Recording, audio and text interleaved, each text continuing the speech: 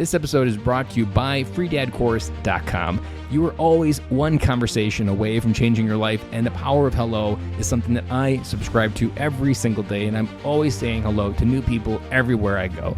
Increasing your opportunity, increasing your connection, and getting access to the solutions to the problems that you are facing, whether you're on active duty or just beginning your veteran transition or even transitioning out for 20 years. On the other side of hello are the solutions that you're looking for. Again, head on over to freedadcourse.com. Get your 5-episode audio course to create more connection, create more friendships, and get back to living the life that you're trying to design. Dory 1, this is Fire Team Delta. Dad's coming home. Welcome to the Military Veteran Dad Podcast, where it is our mission to bring every dad home. I am your host, Ben Killoy. I'm a United States Marine veteran, husband, and a father. We will bring authentic conversations to inspire action in your life so we can close the gap between the dad you are today and the dad you want to be tomorrow. This is the Military Veteran Dad Podcast. Welcome to another episode of the Military Veteran Dad, and today is a special day. It's Father's Day. For those of you who don't follow me on socials, I've been on my own for the last 3 days. My wife had an opportunity to go to China for teaching, and on Friday she left, and it's been an interesting day. I've been blogging about it on my Facebook every day and in the Military Veteran Dad Facebook group. And the one thing that I've really enjoyed, especially today, was really just being present. And it's also interesting because you're on your own, so everything is on you. And today reminded me of having it on my own, but then also creating the circumstances for which I wanted for it to be successful. That if it wasn't a good Father's Day, it really was on me. There was really nobody else I could blame. I had to own it. And it made me remember what also a friend on Facebook reminded me of, that it's not about me on Father's Day. That really fatherhood is already the gift that I can never fully understand what it means to me, but that I'm thankful for it every day. And Father's Day is that day to just really be impactful, to honor fellow dads and what the role we have to play in our kids, but then also just re-anchor ourselves in what really matters in life, to reconnect with the memories, make a memory, reinvest in our kids, whatever it may be on Father's Day, but really just show up and remember that these are the best chance we have to go out into the world and to shape it in a way that's going to make an impact. Our kids are the best chance we have to a legacy past this time on earth that we have. It's not our military service. It's not who we served. It's not the branch of service we did. It's not how many battles you fought in the wars.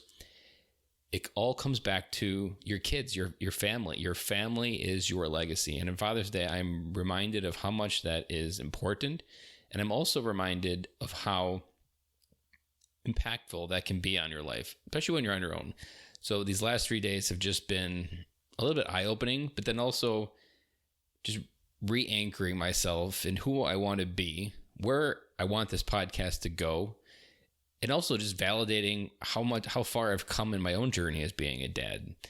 Being on my own for 3 days and going on 8 is my total that my wife is going to be gone for. That isn't something I could have did 3 years ago. I wasn't the right dad. I wasn't the right man. I mentally wasn't in the right space. But over the last year, and even in the last 6 months, as I've really started this podcast and really started to own being a dad, and then also help other dads be dads, it's really anchored myself in who I was and who I already was, and just needed to be reminded of it. So on this Father's Day, show up for yourself, re-anchor yourself. And I know Father's Day is over, but every day is Father's Day. Every day we have the opportunity to make an impact. That you don't need a special holiday to feel special. Your son looks at you as a hero every single day of the year, 365 days of the year. Your daughter is already someone she loves and more than she can understand every single day of the year. And that happens every day. We just need to be present to it. So let's make every day Father's Day as we go forward. And just a reminder that we have a Facebook group where if you want to follow my journey on being a dad for 8 days, go ahead and join in there. There's a link in the show notes for it. And this episode with Jason Valadao is amazing. He's an author of the book Exceptional Day. And he tells the story of humble beginnings, of a childhood that most of us probably can relate to, and how you can come through that, be the phoenix that rises from the ashes of what holds you back. And I'm always amazed at how many stories that you can hear about that always originate in some of the hardest of hardship times. If you've ever looked at Oprah Winfrey, Tony Robbins, all of them come from very humble beginnings of almost nothing. And yet they rose through that perseverance on the other side to be victorious in ways that we are all envious today. But in reality, our lives are all better, or maybe we're better off than they ever were in their life. But yet somehow we're still stuck moving through. So Jason Valadao shares an amazing story of how to walk through that, how the mindset of what to do to get through that. And ultimately, it's the simple things like we talk about in a lot of these podcasts is that are going to move the needle, that are going to improve the dad we are today from the dad we want to be tomorrow and let us wake up and be a better person tomorrow and always as a husband, a father, as a human being, what that means for us to go out into the world every day and be intentional. Jason gives us clear examples, and he is extremely vulnerable in his stories and where he comes from and also where he wants to go and how he brings what he talks about in his book into his everyday life with his daughters. So without further ado, happy Father's Day, guys, and enjoy this episode with Jason Valadao. Today's guest, Jason Valadao, currently serves the United States Navy as a family and sports medicine physician. From officer candidate school to life in the air and on aircraft carriers as a naval flight officer during Operations Iraqi and Enduring Freedom, his journey has been full of life-altering experiences that has allowed him to cross paths with people from all walks of life. In 2017, he joined the faculty of the American Academy of Family Physicians Chief Resident Leadership Development Program. Well, that's a mouthful, where I found yet another way to pay it forward as I became involved in teaching the newest groups of physician leaders. With a passion for leadership and personal growth, he became a certified coach, speaker, and trainer with the John Maxwell team, where he has the opportunity to share his passion and vision of adding value to all of the lives that he comes in contact with, whether that person is in person, through his blog and website, or via his book, Exceptional Every Day. Jason, thank you for coming on the show. I'm really looking forward to this conversation. Hey, thanks a lot, Ben. Excited to be here with you today. And you were actually the very first person that reached out to me via media contact that actually had someone come to me automatically and asking to come on the show. So I'm even more excited. That's awesome. No, we've got a great team at Greenleaf Books who I've been working with, who I used as the publisher, and they've got a great team for marketing, and we've been really going after it. And when they said that they'd reached out to you and got a positive response, I was pretty excited. Yeah, you could have given me a half positive response, and I would have probably reached out. I was just excited. Go ahead and describe what your family looks like right now, and any gaps that intro you want to add. So right now I've got 2 daughters and a wife, and we've been on this Navy journey together for some time. The girls are 9 and 7, and we've kind of been all over the United States in terms of where we've been stationed. And currently we're in Waco, Texas, of all places, but that is coming to an end here in less than 2 months as we get ready to move on to a new Navy opportunity on the East Coast in Rhode Island. And we're just moving along, just like most military families that are looking at what's going to happen 10 years from now and trying to develop and raise these little girls at home is kind of my number one priority. So shortcut the math for me. How many years have you served? So I have been in now, I'm on year 19. 19. Have you answered the question of are you done at 20 or are you? So I'm not allowed to be, because they paid for medical school since I switched careers about halfway through and switched what my job was from flying to, and also did some teaching along the way at an ROTC unit, and then went to medical school. So that incurred an extra 4-year obligation.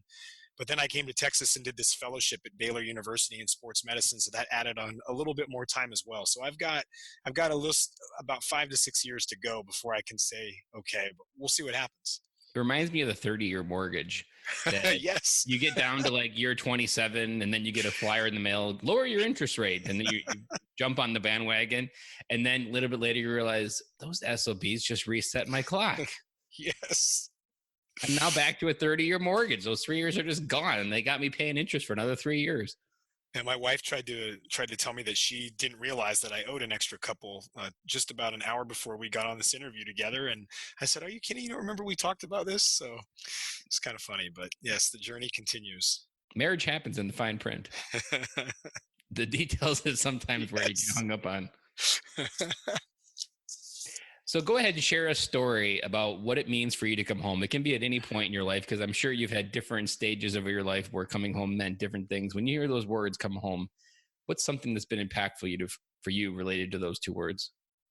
Well, I think one thing, and it's been a little different than maybe what some of our other military folks or even people who do other types of work, maybe outside the military, is when you have to go away for an extended period of time. And I've been pretty blessed in terms of since my little girls have been born, since I made that transition, I haven't deployed anywhere for quite a while since I started the whole medical school journey, I would say. And so coming home has been a little different than what it was before we had children, because when I would leave for a workup cycle or a deployment, and my wife had her career and we didn't have kids to worry about, it was a little different because we are each set in the things that we were doing. And I was excited. Don't take that the wrong way, but it was just different now having the two girls. Even when I go to work just for say a 10 or 12-hour day, or I have to go do a cover a late high school football game that goes till midnight and I miss dinner with them, it really eats me up inside. And I mean that from the bottom of my heart.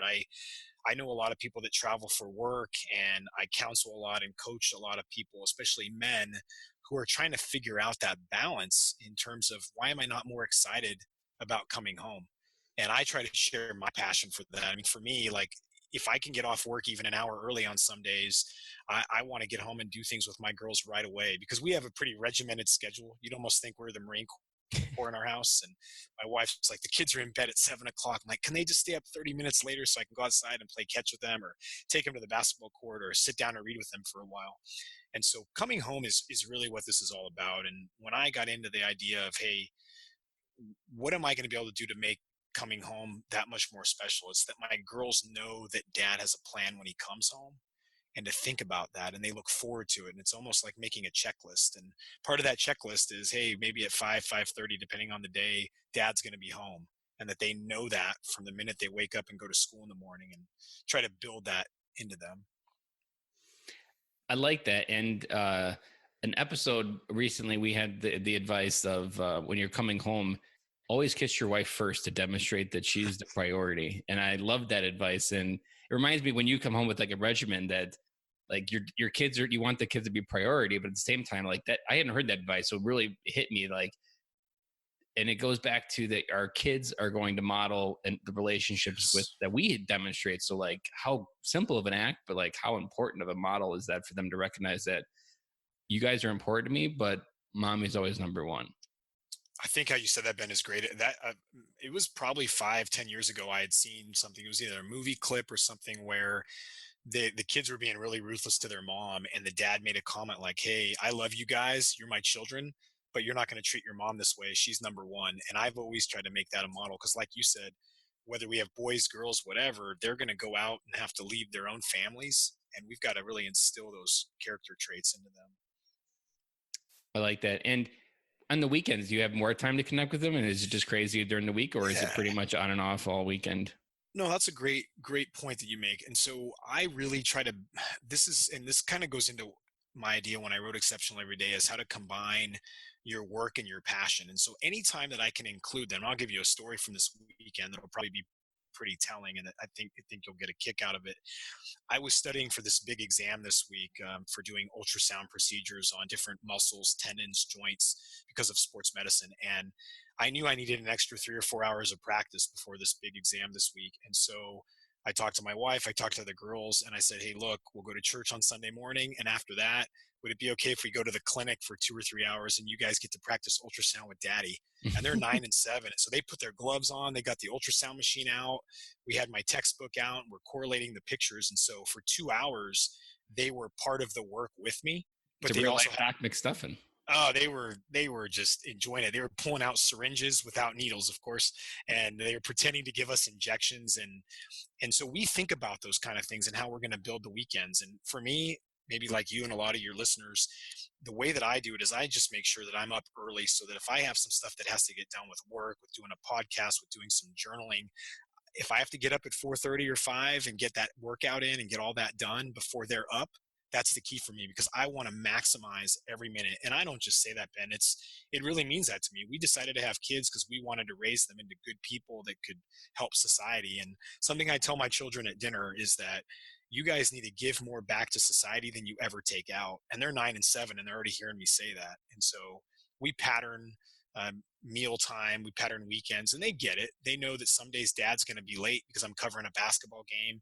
And this year's been different because I've been in uniform, but not in it. So I'm on active duty, but I got to go to a civilian university for a year and do some different kind of work. And so they've seen it differently. I take them to games when I can. But even when I was at Camp Pendleton the last few years, they would with me to my clinic. They'd have a blast. They'd sit at my desk and they got to know everybody. And so I think for me, what I would say, advice wise, if people are listening, is if you have a way to integrate your kids in the work that you do and it's fun and enjoyable, try to at least get them involved in some way. I like that. And we get so caught up in that life has to be separate and that they're separate tracks. But I think fitness is a good example that you get caught up and say, well, I can't go to the gym or I can't do X because you don't have the time because I got my kid, I got to do something with my kids. But at the same time, like, have you ever seen kids run down the street? They love it. So therefore, Yes. like even just getting your kids to go on a run with you, which is maybe probably a run/walk, but Yep. you can incorporate little things of fitness and into what you're doing. Like at night, we've started kind of a couple times a week, we'll do push-ups in the living room for like 10 of them. Yeah. That's And awesome. that's just something simple, but they get excited about it. And like, I absolutely hate push-ups in the Marine Corps, bro. But I can't imagine making them excited about push-ups at the age of 7, 4, and 3. Like, what's that going to do for them? Because, and that's incorporating that into their life and getting excited. And it didn't have to be something I divided my time with. It was something that we incorporated together. That's exactly how I always offer to them, especially when I'm home on the weekend mornings. If I'm here, or I said, hey, do you guys want to go? We have a little gym in our apartment complex. Do you guys want to go and play for a little while, go run around? And they, 9 times out of 10, they're like excited for it, at least for 20 minutes. And we also try to go for a family walk after dinner. And that's no cell phones ever. Everything's left at home. We turn it off. We've got rules in our house. Like my wife and I don't ever bring our cell phones in our bedroom. And it's just little things like if you can turn that off for 10, 20 minutes and be totally present with them, because this is our chance. They're going to model us. And we're not into the thing about going to a restaurant and everybody's on an iPad or a phone. This is family time and we've got to be together. And if it's chaos, then that's just part of the moment. It is. That's exactly right. Control is a perception. And often the advice that people give is just let go of the control and just ride the wave, because at some point you're going to be like, gosh, I wish there was a crazy kid screaming upstairs for one more hug right now. Exactly. And that moment won't be there to be able to come again. And you'll be like, damn, I really missed it when it was there. You reminded me of something when your kids were going to the doctors, like, especially the girls are at the age where they're starting to figure out the world, how it works, that oftentimes we don't spend as parents any time getting our kids outside of their life, which is the normal 12 years in school, doing your homework, just having the basic same pattern of life, and getting them outside of that lets them figure out how they fit into it. Yes. Exactly. And you have no idea with them playing with that syringe. They either might become a medical device person or maybe an ultrasound technician, or they might validate that they hate it, that they just learn, okay, I'm going to cross this off. But we have to get our kids out there to live life outside of their life, to figure out how they can make their impact when they get into it. Yeah. And, we talk about that with them about when we're working with maybe learning a new math skill or learning how to read harder books. And we say, guys, what we're trying to do for you is just give you more opportunities.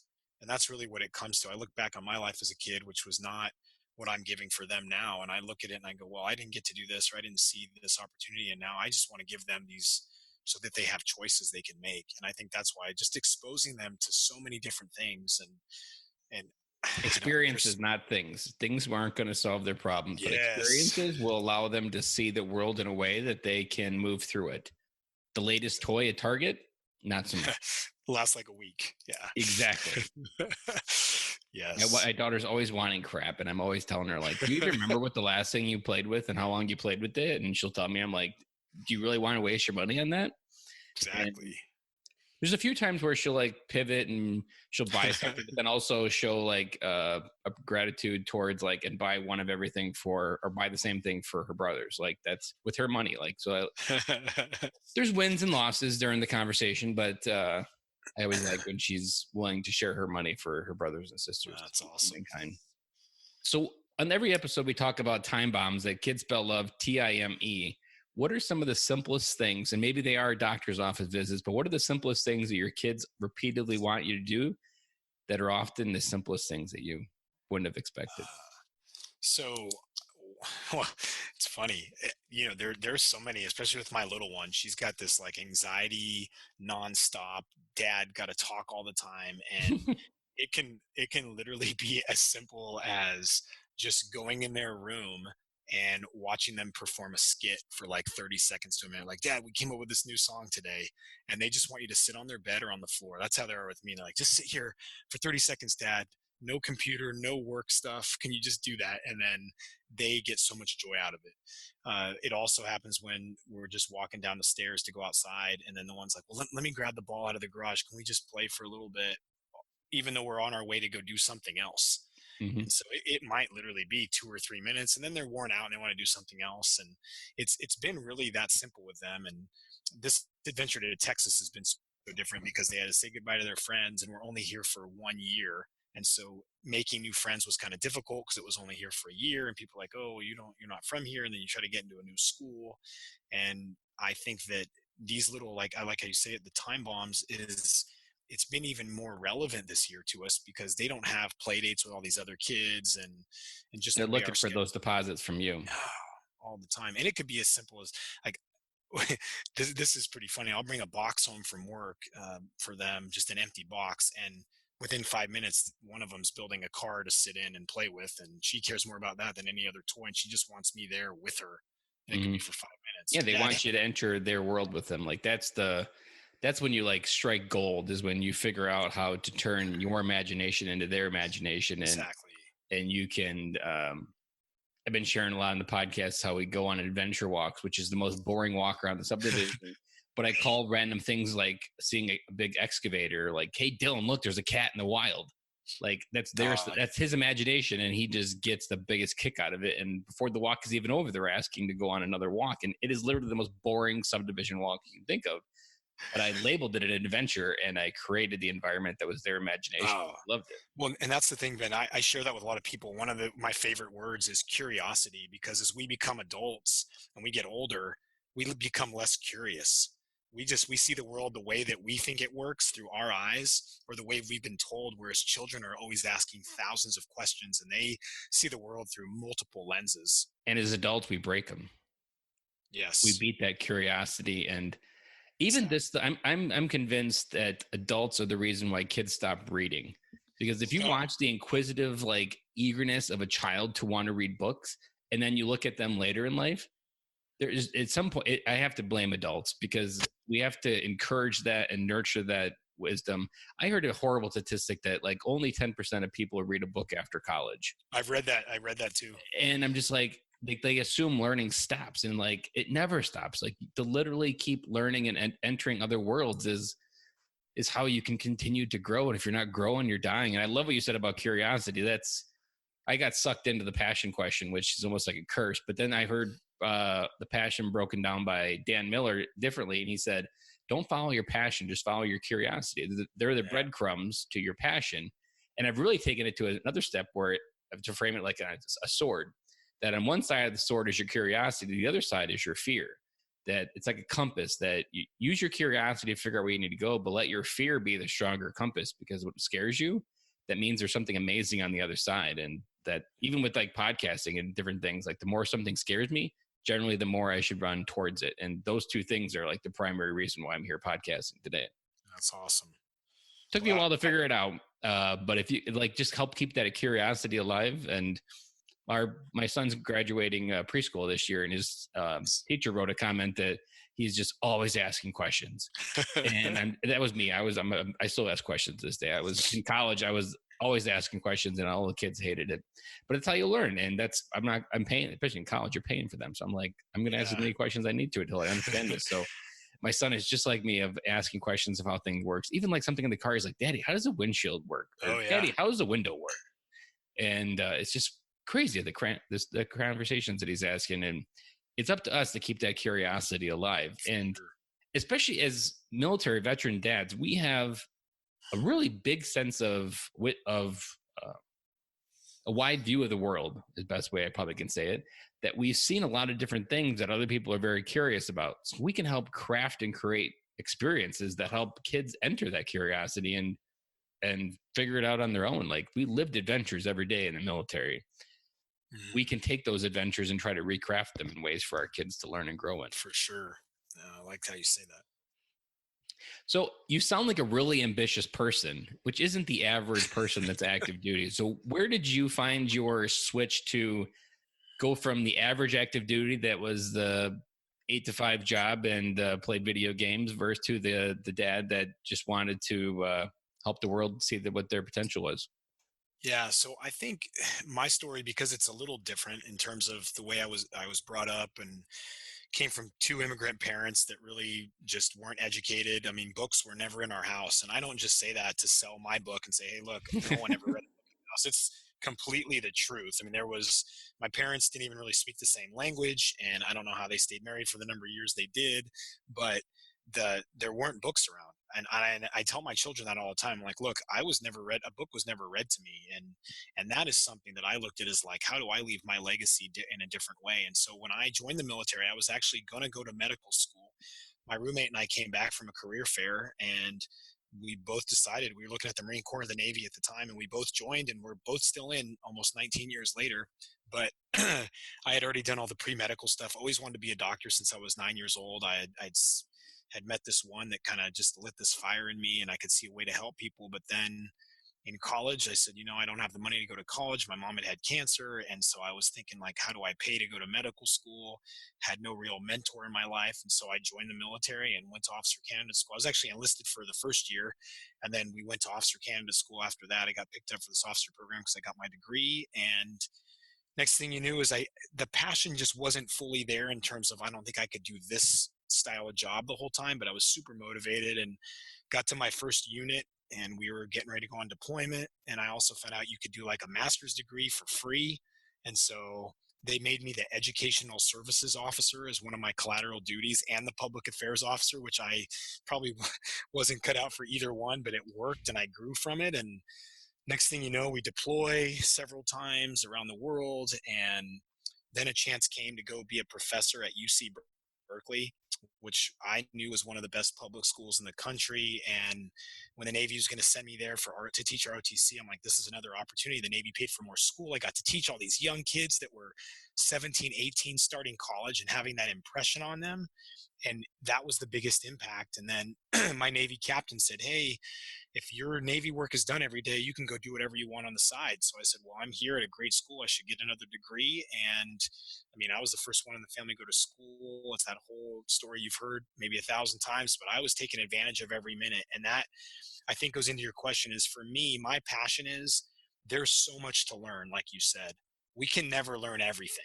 Yeah, Warren Buffett still spends 4 hours a Oh, day reading books. yeah, Over 80 years old. So that exactly. tells me something. Yeah, and then there was this chance to start coaching with the football team at UC Berkeley, and I started making all these relationships with these guys that were becoming professional athletes, and I was tutoring them and professionally coaching them on the side. And then the question was, do I get out of the Navy? Do I stay in? Because that 10-year mark that we go through for some of us, and we had a first baby on the way after being married for a few years. And so I decided that going to medical school, I needed to finally do it. I was getting into my 30s, and if I was going to do it, I wanted to get going. And I applied, and to truth be told, the humbling moment was the Navy didn't give me the scholarship at first. They said no. They're like, we want your test scores to be higher.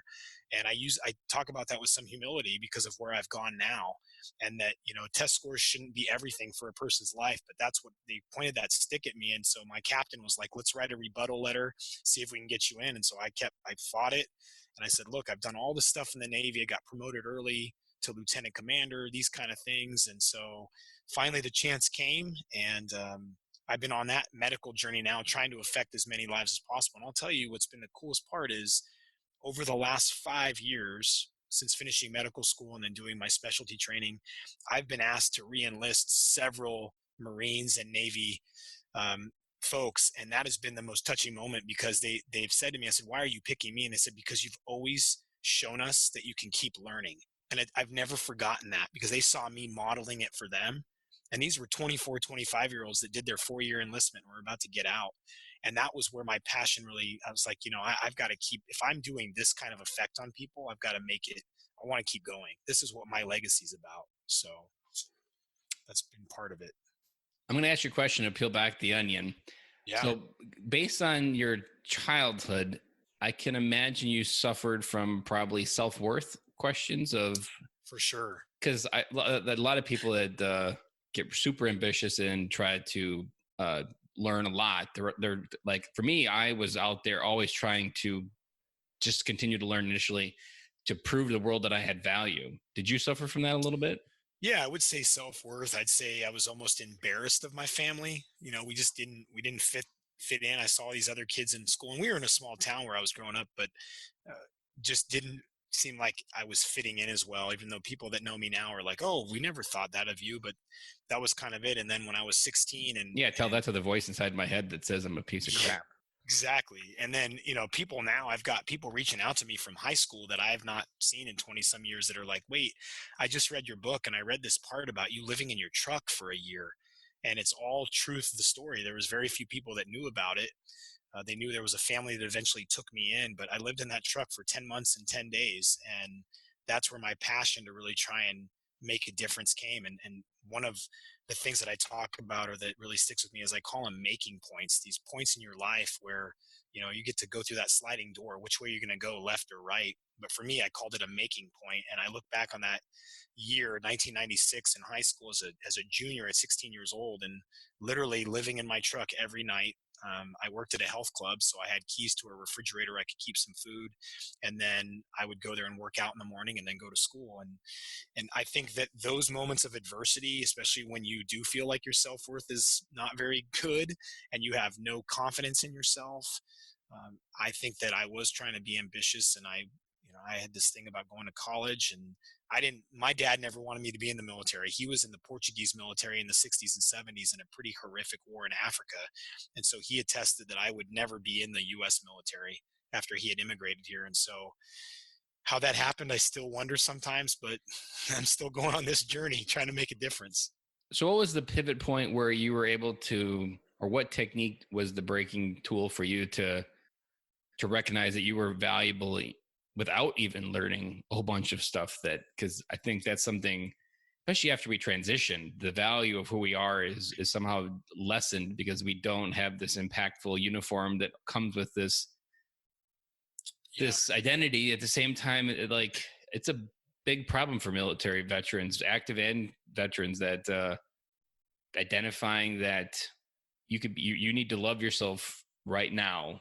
Even all the goals you can have, loving yourself for who you are right now is such a hard thing. I even struggle with it every day. Yeah, I'd say it's still a touching point for me. And part of why I got into writing and trying to coach other people is because through my coaching of others, I've learned so much about myself and tried to, so that if I could better myself, I knew I could help them better themselves. And I think there was a few points. There was a time in college where my roommate, Chris, who I was mentioning earlier, still in the Navy, one of my best friends, he had written me a letter when we graduated college just before we were going into the Navy. And he said, the impact I had had on him, which I knew none of that. We were just roommates for 4 years, and it was a great relationship. Never fought, which is hard to believe for anybody. I mean, it was 4 years living together since we were freshmen, and he had written me this nice letter, which I still have. I looked at it recently, and that's been over 20 years, where he said the impact you had on me and the example you were setting every day was incredible. And I never knew, I didn't know I was doing any of that. I was just being me. And that's when I said, well, maybe I am valuable in some way. And I don't know what it was, because the choices I made, I wasn't a partier. I never did drugs. I worked out every single day at like 5 o'clock in the morning. I got really good grades. And that was one of those moments where I'm like, okay, well, someone else is recognizing something, and I didn't ask for that recognition. It just kind of came out of nowhere. And so that's something that I think about now, especially in this digital age where everybody's basing their value off of likes and dislikes. And, Mm-hmm. what is someone saying on Facebook or Instagram? And it really irks me, because there's such great tools like you doing your podcast. This is how people get it. It's because of social media. But then there's also the downfall of social media, all the other stuff where people look at themselves and they think they're not worth anything. And in my line of work as a family physician, depression and anxiety are two hot topics right now, Mm-hmm. because everybody's comparing themselves to someone else instead of comparing themselves to themselves and just being the best them, or as I say to them, be the best you that you can be. And so, It's super easy to get caught up in the comparison of, especially Facebook, especially if there's like someone that's making more money, or even more if there's someone that has the career that you want, and you're not where you want to be. Like you can easily just put yourself in a boxing ring and beat yourself to death with that mental loop of that person's more successful, even though that person has demons, you just don't see them. And I've really, it's something you have to consciously pause when it happens, because for myself, the trick is to frame that person as someone that's clearing the path for me and showing me where to go and what's capable for my life, and try to use it to inspire action from where I am now to get to that point. Like, he didn't wake up to that point where he's at. And you just have to constantly reflect that these people ahead of you are plowing the road and inspiring from where you are to where to go. And if you didn't have those people in front of you, a lot of people would just stay the same. I'd be curious, who do you have in front of you that you're following as far as someone's plowing the road for you to follow? Yeah, I think that, that's a great way to frame what you just said. I'm just thinking about it, and I look at people, for instance, and I'm not saying that that's where I'll be, but people always say, well, you're a physician now. But the thing about me is I'm not even thinking about being a physician. I love it because I get to help people. But people are also like, what are you going to do next? Are you going to go start a church one day? Like, what's the next thing that Jason's going to do? And people do that a lot. And I will be honest, I've thought about it myself too. And I look at these people that have kind of forged this path. And John Maxwell's a big name. I've read a lot of his books. I became one of his, I came under him, became one of the coaches, trainers within his system because I believed in what he was doing. And I mean, and then you look at people anywhere. You could even talk about someone like Tony Robbins, who's big time, right? And he's got his own way because he had adversity as a child that he shared. And there's a girl out there named Mel Robbins who's kind of doing the same thing. Absolutely love her. She's out there. She's like the highest paid female speaker in the United States right now. Yeah. And Rachel Hollis has a lot of these younger girls following her now. Or you look at these people that love what they're doing, but are genuinely and authentically doing it the right way. Like you said, someone was doing a podcast before you started your podcast, and you're like, hey, I like this. I want to start doing something like this. And you find your passion with something. And so for me, I don't know if there's just one person, but I keep looking at making my own niche, but making it different in its own way that maybe someone hasn't done yet. Like, I see these people who do sports medicine, and then I'm finding my own way of like, hey, this is what I want to do when the Navy's done. I've got this idea that, yeah, I'd love to be an NFL team doctor because that's something I really think would be exciting, but not because of the medicine aspect. Where people shake their head and they go, what do you mean? I said, I want to do it differently. I want to be the team doc, but I also want to have this leadership ethics foundation that I get to teach these guys so that they don't go blow $70 million. And I'm doing some of that already. I've got some guys in the NFL that I work with, and that's part of where my passion really is driven, is like, I love that aspect. The medicine thing is just an extra thing that I can help them with in their health and wellness and fitness. But I really just want to talk to them about being good fathers, and the girls that I'm working with about being a good mom or being a big sister and trying to set a good example. And you talk about people that have it all at the same time, have nothing in some cases. They lose it all. Their family is broken. Their kids don't know them. And it's crazy. And we can idolize those guys. You've also brought up a point where there's lots of people in America that love the NFL and wish they could be an NFL player, but you have to look at it from all sides of the coin. And if you were an NFL fan, you're finding a way to serve and be connected to those players in a different way. But in the same experience, like, you'll be on the field. Like, I have a mentor of mine, Vincent Blagisi. He was a newspaper photographer, eventually worked through created a wedding business, and he started becoming a sports photographer. And he figured out how to get on the field was to be a sports photographer. And he's been there when the Patriots won the World Series. He was right next to the trophy. He was there at the Stanley Cups, and you can find different ways to get to the same spot. But what you've probably done this very successfully is you have to be able to keep moving and having conversations, because until you start having conversations with random strangers, you won't be able to put your piece of the puzzle together, because everybody has a little piece of what you need, and you have to talk to everybody to get there. Like, I often wish TAPS would take us on a field trip to some random place where we have to talk to strangers and achieve some objective. Because honestly, that, like, in the past 6 months has validated it more, even just through these conversations in the podcast. Talking to strangers has served me exponentially better than any skill I've worked on in the last 3 years, because every person could be the one person that changes your life, and you'll never know if you don't learn to talk to them. And that one person could have the one piece of the puzzle. Like it could be the one person that helps me name my podcast. And in this particular case, it was a podcast that helped me name a podcast episode. So exactly, until I keep listening and keep adding things and talking to people, you just won't know where you fit into it or what the full idea looks like. And you won't figure it out in your head. You have to continue to get outside your head with those thoughts. And only when they get outside your head, that's when you can start seeing them clearly. In your head, they're just a bunch of fog and soup mess. Well, I like how you say that, Ben, because it really made me think of something. And if I had to pick a story of my life that really got me, to where I'm at, it's really that ability to just go and talk to people that you don't even know. And as a physician, I get to do it every day. 20, 30 patients are coming into the clinic that I've never met. In the military, you're moving from station to station, and you've got to keep making new relationships and meeting new people. And that's exactly how I even got to where I am. It's because I ran into these people or built these relationships. And I think about each step on the journey, or where the people that I'm friends with now, that people look at me and they go, hey, wait, you're friends with these professional athletes or these business people. It's because I treat them like they're normal people. And I don't go out there and take pictures with them and post them on my Facebook. They're just like you and me talking right now. And that's where I think the difference is I'm not even into say just like, I like football, I like basketball. I like watching people perform at something that they enjoy, whether it's music, whether it's a sport, could be anything. You're like the Jerry Maguire of sports medicine. We'll see what happens. You connect to the person. You want to make sure the person is the winner. That's it, man. And I genuinely mean that. And it's hard for people to believe that all the time. And I'm like, no, I mean, when you're in the military, you already are a couple steps behind in terms of pay scale and all those things. So, that stuff doesn't mean anything to me. And I learned from reading Viktor Frankl and Man's Search for Meaning that, success is not something you can actually chase. Happiness is not something you can chase. You have to let life play itself out. Because if you're chasing success, it's never going to be enough.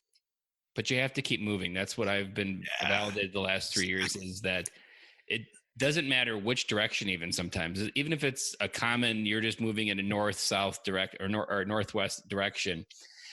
As long as you're moving in some direction, talking to people, just continuing to move and to try new things and have random conversations, I've discovered that through that process, you'll figure out where you fit in, what you need to do, your value, how you can fit in. But so much of the transition and trying to work through that just gets stuck when you stop. Like I frame it as there's like a fog that sets in when you stop moving, and you can't even see anywhere in your life. And this is where I think most veterans commit suicide from, is because they can't even see reality anymore, because they're not moving. They're not talking about anything. They're not communicating their thoughts, and the thoughts just keep getting louder and louder, and they can't see what's going on anymore. And those thoughts eventually convince them that their life would be better without them. Oh, that's So just keep moving. Even being a dad, just like doing this silly, stupid, whatever your kids, that's moving. That's movement that connects you to those moments. And day by day, slow by slow, you'll be able to get momentum and keep going just naturally without having to force it. It's keyword. Yeah. The momentum word, and just keep moving. Because people say, hey, isn't this enough? Like, you shouldn't be working on this. I know I got a lot of harsh comments when I was really starting to write my book when I was still a resident. And they're like, hey, you're doing enough. You need to just focus on this. And that's just how my brain works. Like, you got to have something else and keep growing all the time. And that's the difference in the end. It's like, oh, why did he get there? Why is he doing that? If you're passionate about it, I tell my kids all the time, you should think of ways that you want to keep growing. And they're 7 and 9, and I feed that to them now. I'm like, you shouldn't just stop because you finished reading one book. Find another way. Or when they're doing their music practice, I'm like, hey, if you play that once or twice more, and I'm not going to push it, but if you guys do that again, watch, you'll be even better at it tomorrow, instead of just, hey, I did it for 5 minutes, I'm done, Dad. And so I always like to explain that it comes to the gym, like do things a day that others won't. So tomorrow you can do things that others can't. Yeah, that's a great quote. Like you can take those steps to do things that other people are just too lazy and they would rather watch Netflix. And then tomorrow you're going to do things that they can't even do, because yesterday you were doing something they could do, but then just chose not to. And that slowly compounds, and you just start building that gap. And it's ultimately comes back to a little bit to I think this is where we get such a maybe divide between the successful and the middle class, where we just get caught up in the patterns of commercialism, capitalism, that that all of those require consumers to stay in patterns of life. And we have to get outside those patterns. We got to create new patterns. We've got to get outside that life in order to be able to try to move in some new direction. But if you don't even realize you're in a pattern, then you don't even really realize you have to break it. Yeah, right. I mean, how many times do you have a routine every weekend to go to Target, groceries, and then you just rinse and repeat and you go back to work? Like, that's not building or growing. That's just you continuing to feed the capitalist machine of consumerism and buying more things and keeping up with the Joneses. Very true. When you picked the book, what inspired you to pick this particular title of the book? I had this idea of this thing called The Process a long time ago. And I was in high school. It's 20 some years ago. And I was sitting in my truck by the beach and I started writing. And I kept thinking, like, everything in life is this systematic approach. Like, whether you go to college and then you do this, you do that, at least that's what I was made to believe. But even if things that are random, there still seems to be a process involved. So I wrote down the process on this note card, I remember, and I shoved it in my grandma's house. So I didn't leave everything in the truck. And then years later, I came back and got that little box and had all these writings in it. And then as I was coming up with titles and everything, and I learned something a long time ago. When you write the book, don't worry about the title up front. Get all the information in there and then start to build it. And so with the publishing team, we kind of looked at what the gist of my book was all about, and trying to make your life better and trying to have significance in your life and leaving a legacy. And as we put those things together, we thought, well, how do you leave the right legacy? How do you actually have significance on other people? Or how do you give back to society? The only way to really do that is to try and get better kind of every day, something. And people go, what do you mean get better every day? You can't get better every day. That's what people will tell me. And they'll give me a lot of criticism here and there, but just even people that I meet, or they find out I wrote the book, or they see a comment on my blog and they're like, well, how do you really get better? I said, you're not getting better at everything every day. You're finding something to improve on. So that could be a high school kid who's learning how to shoot free throws. It could be a mom who wants to become a better cook, or a dad, or anything. My child who's trying to work on her math and she's really struggling with geometry, or those things. It's find something that you can improve every day, and you can. Like, for me, I want to be able to read more books and put more knowledge into my mind, especially self-help, personal growth type things. So I've got to actually learn how to read a little bit faster. I take notes when I read, and I'm 39 years old and I still sit there. I have a note card for every book, and I actually will write something down. So that takes longer to read.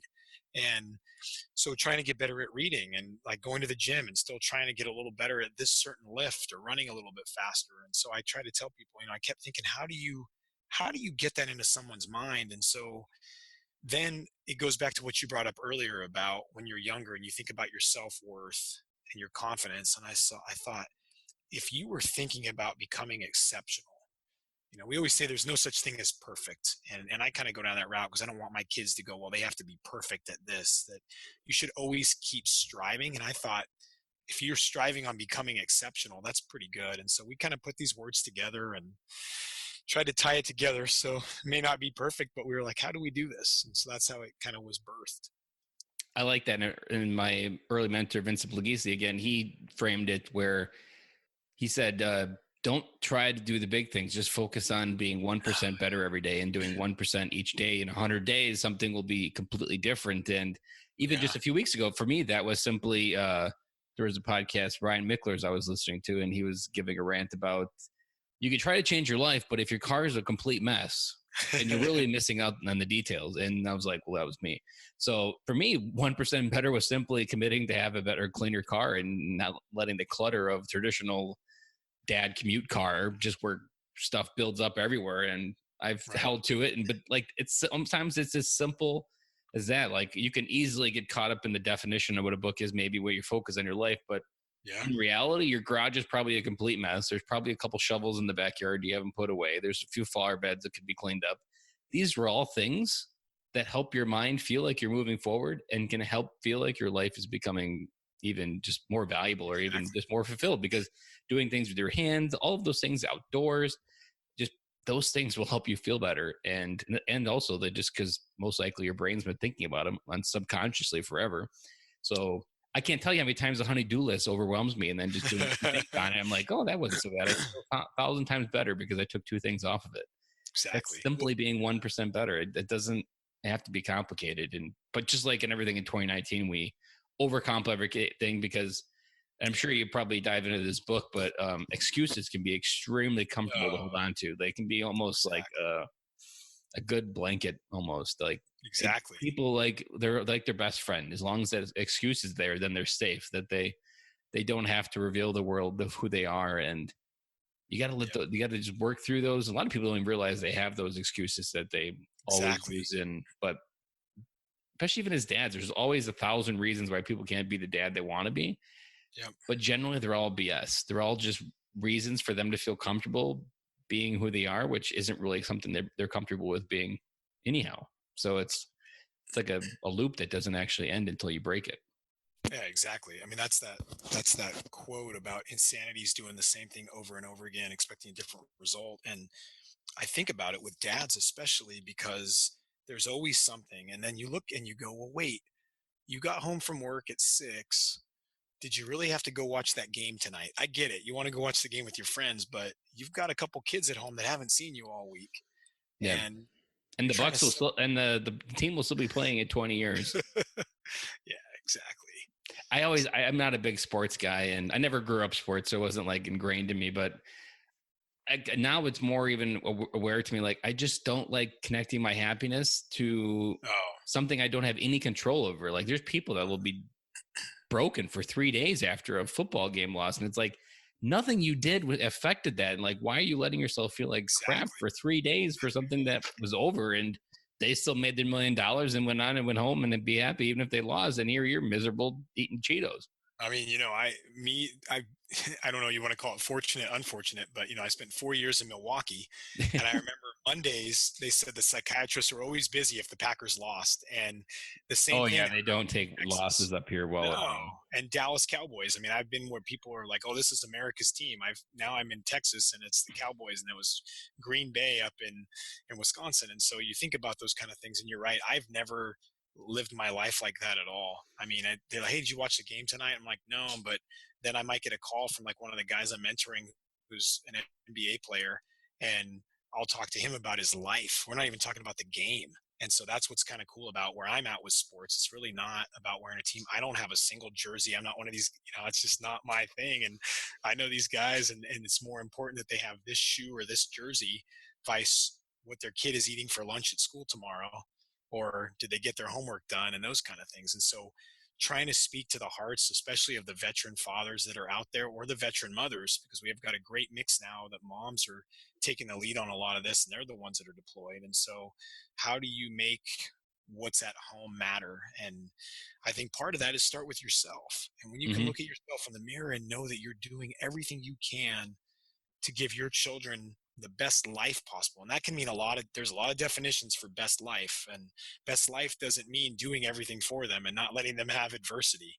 That's not what best life is. It's showing them, hey, this is something happens and this is how you correct it, and teaching them about learning from failure, and that truly the maxim of failure leads to success is a great thing that we can all learn from, and especially when we're trying to raise children and show them that. And there's so many times as a military veteran dad where we don't talk about things, we don't talk about our feelings, but at Yes. this end, we can feel like our marriage is a mess. We can feel like our relationship with our kids is a mess. And the one piece of advice I always see recycled over and over in the Facebook groups I'm a part of is, especially even like where maybe they're going through divorce and they don't even really know what to do, and their spouse is maybe completely out there and is going completely all into it and getting divorced. The best advice always is focus on you and pick something to improve. That there is always a piece of advice that you haven't implemented on yourself. And I'm often reminding this for myself when I get into a funk, that just focusing on yourself is the only thing you have control over in this universe, and nothing else you actually have any control over. It's just a bunch of human beings being human beings. And in the end, when you feel like you have the least amount of control, that's when you need to double down and focus on you and try to improve something. Yeah, exactly.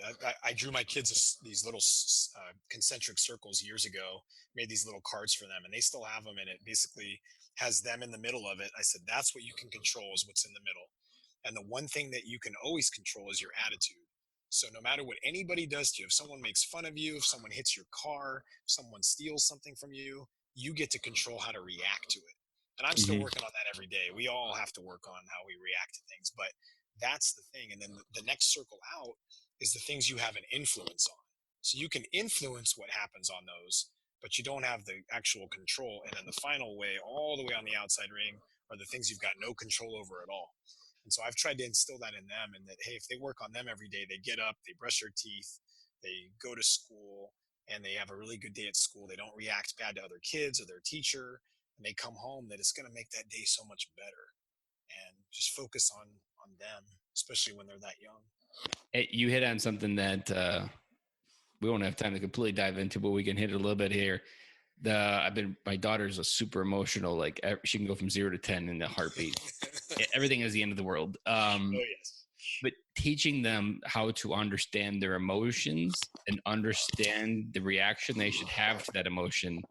I see something as something between the age of like 5 and 10 is like our primary role as parents to really teach them what's the proper response to those emotions. Like you can be super angry, but you don't hit people because of that. You can be super sad, but that doesn't mean you hurt someone else because you're feeling sad. Like, and if you think how many times my kids are always beating up each other because, oh, he did it to me. I'm like, doesn't matter how sad you feel, how angry you are that they hit you. How you respond is the only thing you have control, and it's not going to make it better. Yes, we have this discussion a lot, and emotional intelligence is, it's such a key concept that when we were growing up, Ben, it wasn't something that we really ever talked about, especially joining the military. Probably wasn't Like even the Webster dictionary yet. no, we were told to keep those emotions inside. I mean, that's part of what putting a uniform on in. Yeah, emotions get you killed. You pause, you're dead. And so I look at adults now, and that's why, if you look at especially people in our generations and older than us, that the emotional intelligence it's just not, it wasn't there. And now we've got a chance to help our kids with this so that they can do better than we did with those things. Well, Jason, as we wrap up here, this conversation has been absolutely amazing. If you could sum up all the advice you'd want to leave for dads in one piece of parting advice, what would it be?